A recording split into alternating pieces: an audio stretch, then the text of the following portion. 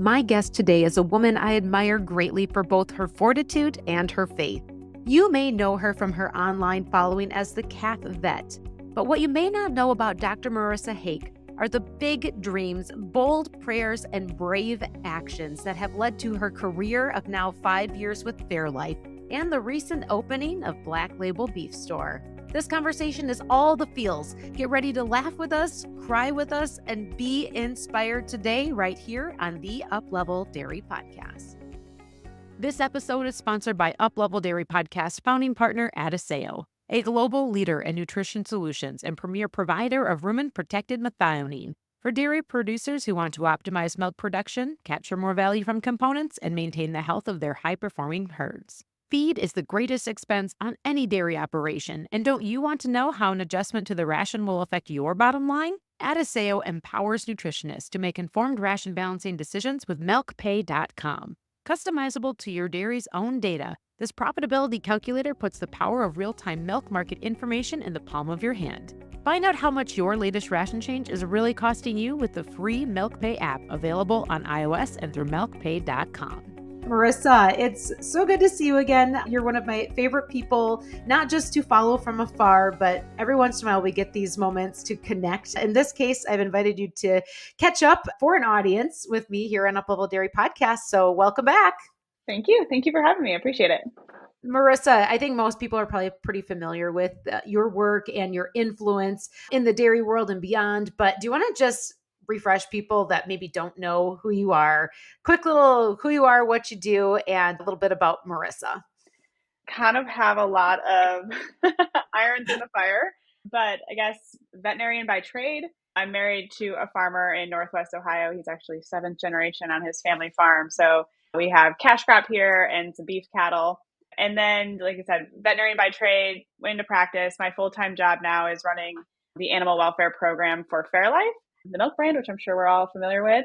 And beyond that, I do have a social media presence. So Calf Vet on Facebook and Instagram. And then we'll probably talk about today, I also just opened a little meat market, and that kind of plays into our beef business. I got 2 young boys. I have a 6-year-old McCoy and a 3-year-old Hayes. And we stay busy.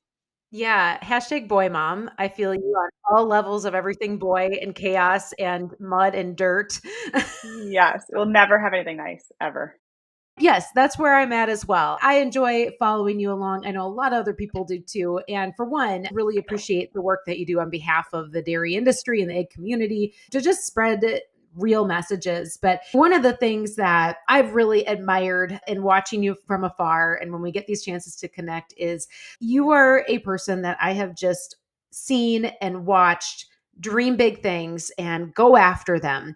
And a moment that really sticks out and is just burned so strongly into my memory was from 2 years ago. You were here in Wisconsin for a Zoetis meeting, and you talked about this piece of property that you and your husband had just purchased and a dream that you had for it. Can you take us back 2 years ago? What was all going on with this emerging little itch to start a business? To start the story, I got to go back now almost 4 or 5 years. So we were at a point we wanted to really start our kind of mama cow herd, and we are deep in row crop country, right? And so being married to a farmer, I'm like, I want some pasture ground. And he's just like, you can't do it. Like, there should be one fringe benefit of being married to a farmer, and it should be that I could find some pasture ground. But of course, we couldn't find anything. And so it just kept being like, we're not going to pull out productive crop ground. And so what happened in where our main farm sits, it actually backed up to an old golf course, and it had went for auction. I don't know, it must have been 18, and we didn't buy it, but an investor bought it.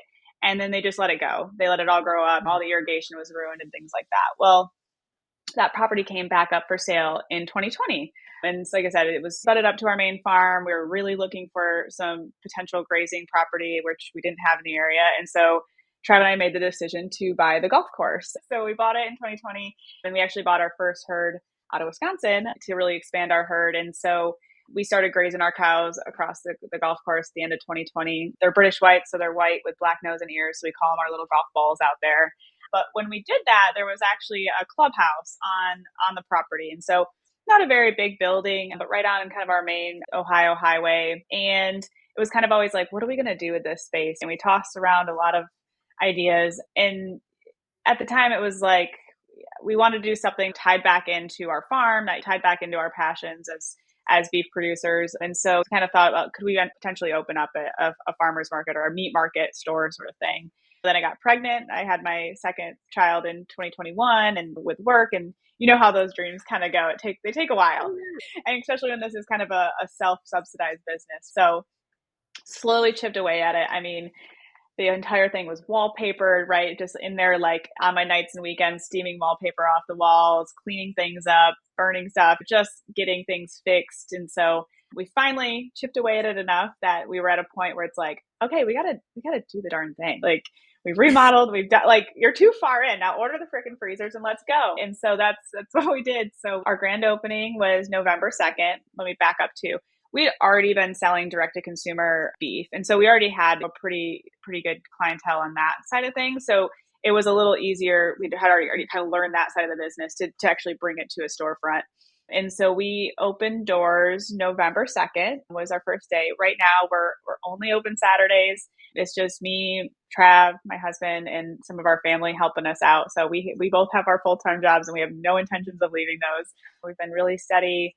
We're really gearing up for summer grilling season. And then we have a really big influx of lake people in the summer. So we have lots of lakes around here in northern Indiana, southern Michigan. And so we have a lot of traffic that's going to come down. So we're trying to pull those people off. But yeah, we did it. We opened the doors and we're still going. So this was a building that needed some work, and that was the opportunity to take this space, make it your own, and really use it to market your beef product, but knowing just your concentration and intentional focus on educating people and connecting with consumers. Was that a little bit of it too? Yeah, absolutely. We have people come in and they're like, this is your beef. And we're like, yeah, it's our beef. Like, look out the window because it's right on the golf course. So you can see the full pasture, right? And like, there they are. I mean, those are the mama cows.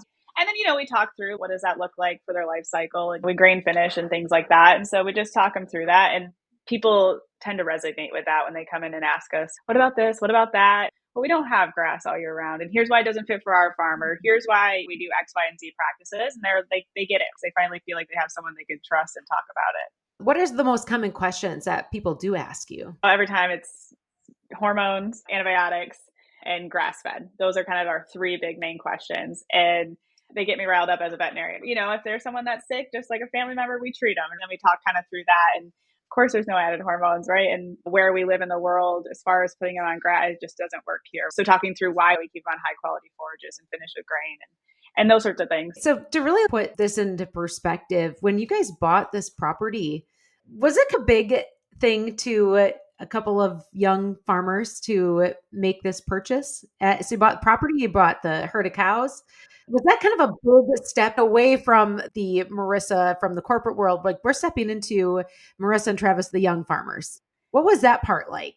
With anything, it was terrifying, right? You're like, I got to make this work. Trav had purchased, I think, 50 acres right before we got married, a couple months before, and then we maxed it out. So I think the young farmer loan that they had out, I think, was maxed at 200. So we'd already had our 200. So it's not like this was our first property. We're already paying some bills.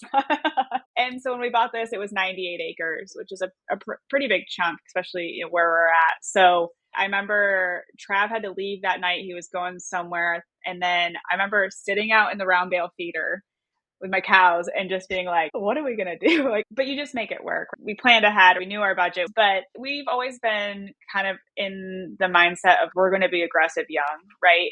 And Trav always had this goal of 1,000 by 50. I think it was 1,000 by 50. So he wants to own 1,000 acres by the time he's 50 or 60 by retirement. But we take big risks and we're okay with that. And sometimes you just got to take the leap. Taking a little bit of a step back, because a lot of people do follow you and know your stories. But I think there's something that's so valuable about just looking back in the rear view just a little bit to see this is what it's taken to get you to where you're at. But there's also something that I noticed strong for you, and that's your faith. And you shared a really, really cool story that touched me deeply about how this property really came up in your prayer life too. Can you revisit that a little bit? So it was really cool because the day of the auction that golf course went to auction, my sister-in-law came and prayed over us, like this really beautiful prayer. And she's very strong in her faith. She's my Bible study leader. So I'd like kind of look to her. And then she had printed it out and put it in a journal for me because she's like, you're going to be planning a bunch of stuff. Keep chasing those dreams. And then when we were getting ready to open the doors, I think we opened a Saturday. She texted me on Friday and she texted me a prayer like, hey, we prayed about this. I know you've prayed about this. And I had that journal with me. She just happened to text me. I had that journal with me. And I just was like, oh my gosh, it was seeing the first prayer over this dream and then the second prayer coming in over like a dream realized. And it was just like, wow, like hit me. It was like, God was like, right here. I told you I would do the thing. I'm doing the thing. And it should be faithful. Keep following it, like the dream that he puts in your heart. Don't, Peggy. I've got the goosebumps and the little tears. Well, and I think too, it's like inspired me to like when I see people doing the things or like praying over people or being bold in your faith, it resonates with people. Even if it doesn't resonate that day, like eventually it'll catch up and like how meaningful it is. Thank you so much for just reflecting on that powerful part of this whole experience. And sometimes it's like you get to those moments where you got to lean on God in ways you never have before, right? And there's these little things that will show up that tell you you're on the right path. And what a moment of confirmation that day as you're opening up the store and you see that reflection and the prayer that you once prayed. And there's just nothing more inspirational and such a strong testimony than those answered prayers. I always talk about this book a lot, but it's called The Circle Maker. And in your case, your prayer circle was a round bale feeder. So next time you do something crazy and you find yourself in a round bale feeder, once again, hyperventilating, you'll have to pick up The Circle Maker. I will. There's something funny about that. Like I have always, and my husband's kind of the same way, but like I've always found God outside. I've always found God on the farm. Right. And so like some of my worst days growing up, like I would just go down to the barn and like hang out with my horses and cry on the hay bale. Like, I don't know. There's just something like that's where I go to find him. And so I find myself in those positions quite often, it seems like. So when you think about this as a direct to consumer business from the farm, what would you say are a couple of the things that you did right? Like a couple of things that you would do over again the same way? Well, one, I think marketing. Obviously, I've been on social media. I know how to like start that presence, but like we took people along on the journey, right? We were, I showed them when we were remodeling, like I showed them like, this is what we're doing. This is our plans, like really felt like they're on the journey. And then even throughout the week, I will talk about things like, hey, we got in a bunch of chuck roast this week. This is how I like making it in the crock pot, whatever, blah, blah, blah. And then people watch that. They come in this week, like, I came in for that chuck roast and that butter belly you talked about this week. And I'm like, really? And, so the marketing, it matters, right? And because people have to trust you, right? People have to feel like they know you.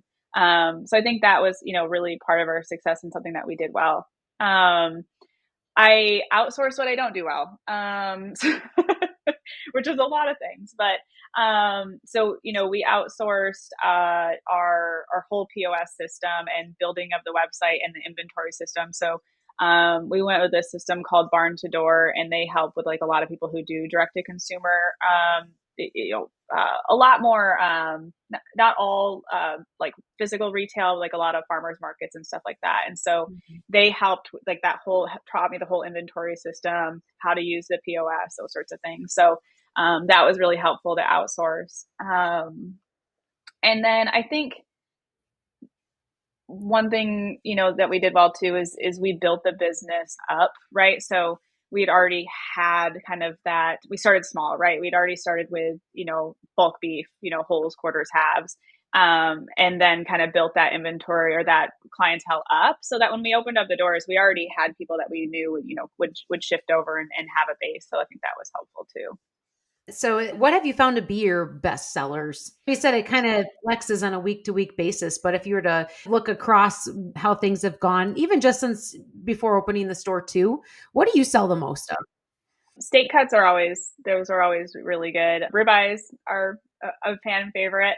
And we do a lot of bulk hamburger. So we sell like by the flats or by the singles. And roast. I think between steak, roast, and hamburgers, that's what you're really going to sell.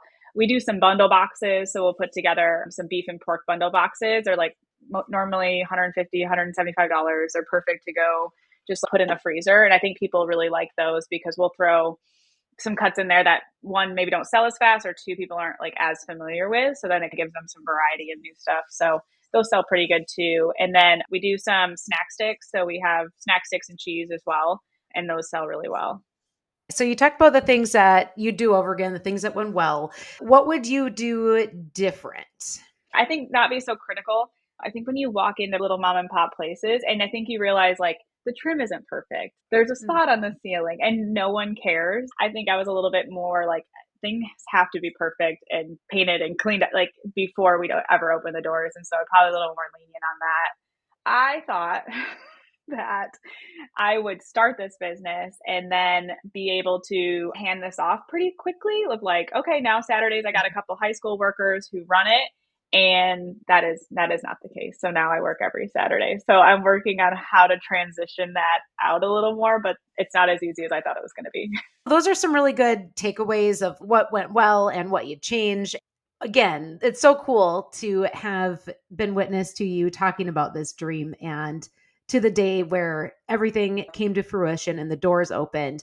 But if there's one thing that I know about you and have, again, such tremendous respect for, it's the fact that this is just an example of how you've done that in your life. The store and the business on the beef side, it is one example of a dream that you had and then followed it up with the actions to make it happen.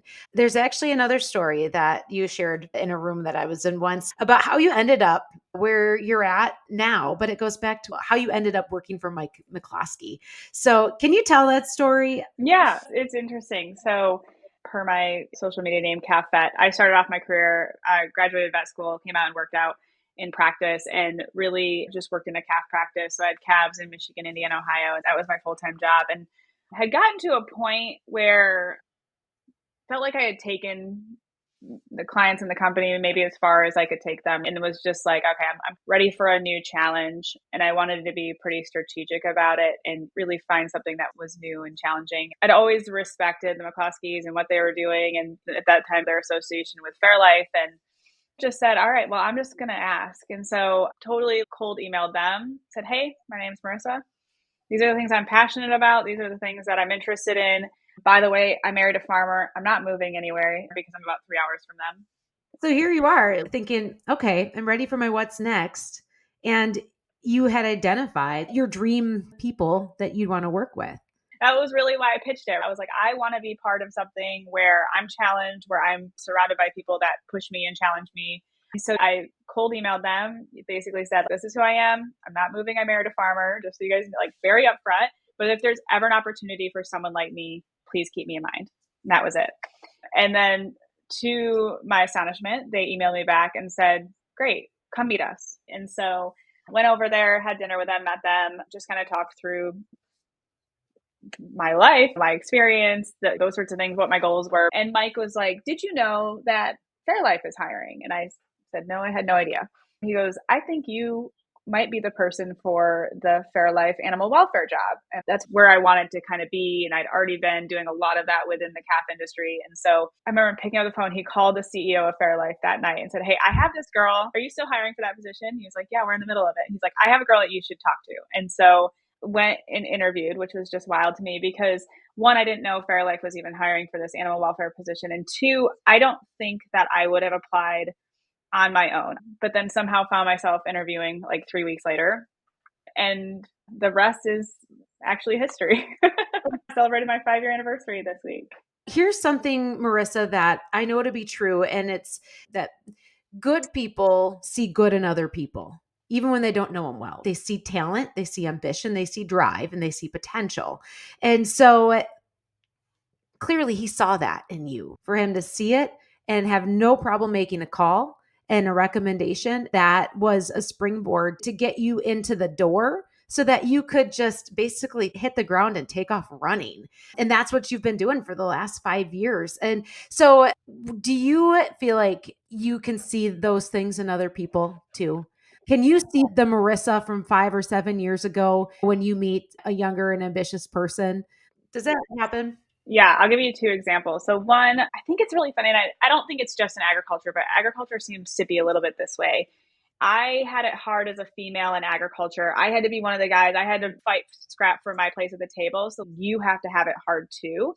Where I sit in the boat of like, girl, it's hard, but like, let's go. There's more chairs, like pull it up. I want to bring people along with me and not be like, it's hard knocks. So that's kind of my one philosophy in ag and women, and trying to bring people along as well. And then I'll give you an example. So for the clubhouse that we just opened up, I think she's a junior. Shout out to Addie if she ever watches this, but she reached out and she said, hey, I'm an FFA. I'm looking for an opportunity in agriculture. I want to learn the business, that sorts of things. If there's ever, again, a place for me, let me know. And I was like, this girl plays sports. She's ambitious. She wants a job. And she was really articulate. And so she came in even before we opened. I said, okay, here's what you're going to do. I'm going to teach you the beef side of the business. We'll talk about all that. You're going to do all the inventory. You're going to do all the startup, and you're going to learn how to start a business. And she was like, okay. And she shows up. She's got a good attitude and has done a fantastic job. And it was just like one of those things, like, same thing. She reached out and looked for an opportunity, and sometimes that's all it takes. And then I was like, you're ambitious enough to call me to ask for a job. I will absolutely give you a job. So have you ever really stopped for a moment, Marissa, to think about that for her to send that initial email to you was like you sending that email to Mike McCloskey? And I want you to think about it because you might be too humble to think about it this way, but you're a big deal for a younger college kid to look at someone that she's probably, sorry, Addie, if I'm putting words in your mouth, but I'm just going to go with it. Like, you're probably someone that she's admired for a long time. And it takes a certain level of guts to say, I'm going to go after what I really want. And I'm going to contact that person that I want to connect with and want to pick up some of their qualities by being around them. That was like you sending that initial email, and she did the same thing. It's terrifying, right? And there's still people that I'm like, oh, I can't believe I called them or emailed them. But I do think there's something that is recognized when people do that and rewarded, and it's super special. I love that for what it represents for your journey, but also for hers and the example that it really sets for everyone else. It's a continuing life process of making those bold moves, asking for what you really want.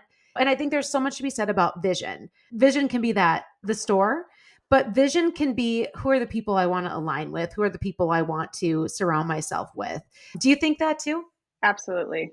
And I've just always had it and not realized it. I've wanted to be a veterinarian my whole life. And it was always just like, these are the steps to get to the goal. And then you just keep building out those. So it's almost like a muscle that you build of like, okay, I take the risk. I do the scary thing because I have proof points of this working. And so I do think when you continue to do that and like vision things and put it on paper and put it out in the world, might sound crazy, but like, this is the thing I want to do in the next 5 years. And if it doesn't happen, it's okay. But when you finally say it and hold yourself accountable. So, okay. So on that note, what's the next big vision? Oh, that's a good question. I would like our store to really prop itself up. And I've always wanted to be an entrepreneur, and I didn't want to go through my life and say I never did my own thing. One of my goals of like, I want to do something on my own. I wanted to figure it out. So that was part of it. And then two, I was looking at our farm and I'm looking at all my kids, my niece and my nephew, and saying, okay, what can they come back to? Like, we have a cash crop farm. My brother-in-law sells seed. There's all these different aspects that I thought maybe this could be something that my kids or my nieces and nephews could come back to the farm and grow and build. So that was really the long-term vision of it. In the next couple of years, I would like to really to grow it out and potentially add other aspects that help grow the business, agritainment, whether it's something like that's on the property. So that, and potentially shipping. So that's a big undertaking. Probably won't happen in the next year or two, but that could potentially be another one. So you've got some big dreams and some big goals that are the short term, but also really the long term, the bigger vision, the bigger picture. And for those that follow you online, Marissa, I'm sure like me, they appreciate your authenticity and your sense of humor because it's relatable. And you have this ability to be very real about the stuff that's funny and makes you giggle. But you also have an ability that, again, I've gotten to see multiple times, is to make really compelling points about the things that you take very seriously and that are part of the bigger picture for the entire dairy industry, for the entire dairy community. And I know one of those things is sustainability. And you get pulled into some pretty big rooms and at some pretty big tables for these types of conversations. So first of all, sustainability, what does that mean to you? How do you define what that is? The way that I look at it is it has to actually improve the environment, because there's some things out there that don't quite, right? It has to improve animal welfare because a lot of these things are related. It has to ensure farmer viability. For me, these farmers have to get paid, they have to make money. It has to make sense from a business standpoint. And the last one, and I think one of the most important ones, is that it must improve consumer trust. So for me, I think about things like some feed additives or feed supplements. We saw it with RBST. We saw a technology that we had that was taken away because of mistrust. And so as we're developing all these new technologies around sustainability, we have to be very, very careful how we position them with our consumers so that we can continue to use those technologies. Just trust yourself. Holy cow. Well, but you know what you just shared, Marissa, I think is too why it's so valuable to have someone like you as an advocate speaking up for what sustainability means on a public platform, because you're a farmer. At the end of the day, that's part of who you are and part of what you go home to. And you have that vested interest. So, like, the things that are considered sustainable have to make sense at that level. And so, I'm curious for you in the last 12 months or so, what are your takeaways about sustainability in the dairy industry? What are the things that producers should know and those that serve them should know and keep top of mind about what that means for them in the long-term viability and profitability and social license of dairy farming? We all know where our footprints are on the farm and the things that we need to reduce those areas. So I don't think that's such a mystery to us anymore, but really now it's how do we implement and how do we pay for it? And how do we get credit for it? And how do we manage the accounting of those reductions is really still the piece that we're looking to solve. How do we not double count digesters, but still get the credit for it? And it is an industry. And some of those other big key things I think are going to be super critical as we go forward, especially now looking forward, looking at this new administration. What does that mean for sustainability? Because a lot of those are subsidized, right? There are government programs that help those get those off the ground. And so what will that look like for the next 4 years? Will those grants still be there? What does renewable energy look like? So I'll be curious. I'm really, really looking forward to kind of how the next 4 years go to see if there'll be maybe changes on the dairy side or not. If you could sit down with a dairy producer and say, hey, if you focus on 2 or 3 powerful actions to be more sustainable according to the definition that you've laid out, what would you tell them? I would say you need to know where you're at, whether you're doing a farm ES or you're just getting a baseline of where are you at for your farm, where you have your largest amount of greenhouse gas emissions. Then looking underneath all of those, and I put them in 4 buckets. I technically say 3. I love to simplify things. So I do 1/3 cow poop, 1/3 cow feed, 1/3 cow enteric methane, cow burps, and then a little sliver is energy use on the farm. So those are the 3 buckets that everyone's going to play in the dairy industry. And then, but everyone's a little bit different underneath those, depending on manure management and cropping styles. So I would be getting a baseline for my farm so I know where my emissions are happening.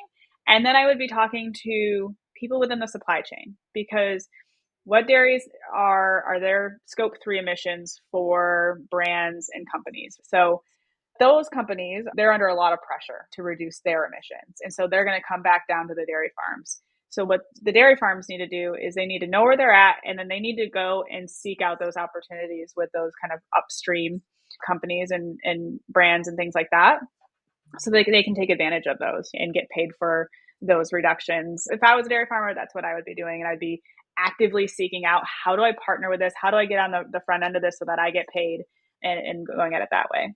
That's fantastic advice, Marissa. And I think another one of the things that you're really talented at is being able to take complex subjects and to distill them down. And so what you were just able to do with this big subject and put it into a few actionable steps for dairy farmers is super helpful. So thank you so much for being able to do that for us today. We have covered the gamut. We have covered a little bit of reflection on the past of how you got to where you're at, how the beef business has evolved, and some of the big wins there, some funny stories, and sustainability. This is early 2025. And so I always pick a word for the year. Do you pick a word for the year? I do. Our Bible study does it every year. I'll see if my Bible is in here. I have like my word every year. Yes, we do. So what's your word this year? I haven't picked one. I was thinking about my past ones. One year it was anchor, and that was actually 2021. It was like after we bought the golf course, it was after we bought our main herd. We had a lot going on at work, and I was like, I just know that this year is going to be crazy, and I need to anchor in God. And so I have the word up here on my wall. It was anchor, but I haven't picked a word for this year yet. So what's on your heart and mind so far? What words have come up? I feel like it's been more like simplify or slow down and concentrate efforts. I've gotten kind of spread out, and I really would like to focus efforts and be more intentional. I'm hearing slow down. I'm hearing focus. I'm hearing intentional. And so let's put those next to some of the things that are on your plate in the next 12 months. We talked about your goals already with the beef business to continue to build that out, keep making it better. How do you want to end 2025, December 31st? What do you want your conversation to be like when you and Travis are sitting down reflecting on the year? I think I told you before we got started. So at Fairlife, I've built out my team. So really like solidifying that team and having a really nice cohesive ways of work. Like I said, for the Black Label Farm Market and Black Label Farms, which is our cattle business, is really, again, narrowing down that kind of ways of work and feeling we have a normal cadence, and then we can have some expectations around what's coming up. So I think at the end of the year, I'd love to say we had some expectations and we were ready for those expectations. As you talk about what the last few years have been, just constant movement and growth in all ways, personally, professionally, growth of the farm, growth of the business. But now you're looking at how can we settle in to what we have been building up and just focus on making it better, not doing more things, but doing what you're already doing at an even higher level. Is that what I'm hearing from you? Yes, that's what you're hearing from me. Okay, so there's a word that's been coming up, and there's a picture in my mind that I have for you. It's the word silo, okay? And not silo from the standpoint of building walls around yourself, but you think about a silo. It's a structure that contains things, and it has a height that you can rise to. When you talk about just building things up, and a silo is a very strong structure that doesn't move. And so that's the picture in my mind that comes up as I think about what you've shared of building up that team, building up your businesses, but instead of doing it like this everywhere, it's doing it like this, direct to the top, direct to the goal. So what do you think of that word? I love that. I just wrote it down. I'm going to print off a picture of an old harvest store and put it up here and be like, we're siloing this year.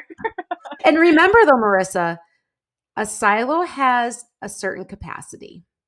And if you fill it too full, the structure is at risk. I feel like you know me well, Peggy. I needed that. That's my word of the year, silo. There you go. This has been so fun to catch up. And for anybody that doesn't know where to find you and follow you with Black Label and with your social media presence, best places to find you? You can follow me at @CalfVet_ Instagram and Facebook. And then our farm is on Instagram and Facebook under Black Label Farms 2020 or Black Label Farm Market. Awesome. Thanks so much, Marissa. You just listened to Marissa Hake here on the Uplevel Dairy Podcast. If you'd like to hear more from Uplevel Dairy, make sure you're following us on social media at Uplevel Dairy on Facebook and Instagram. And head over to upleveldairy.com to join the Uplevel Dairy community and get our emails in your inbox every time a new episode comes out. I'm Peggy Coffeen, and thanks for listening to the Uplevel Dairy Podcast. This episode is sponsored by Uplevel Dairy Podcast founding partner Adisseo, a global leader in nutrition solutions and premier provider of rumen-protected methionine. For dairy producers who want to optimize milk production, capture more value from components, and maintain the health of their high-performing herds. Feed is the greatest expense on any dairy operation, and don't you want to know how an adjustment to the ration will affect your bottom line? Adisseo empowers nutritionists to make informed ration balancing decisions with MilkPay.com. Customizable to your dairy's own data, this profitability calculator puts the power of real-time milk market information in the palm of your hand. Find out how much your latest ration change is really costing you with the free MilkPay app available on iOS and through MilkPay.com.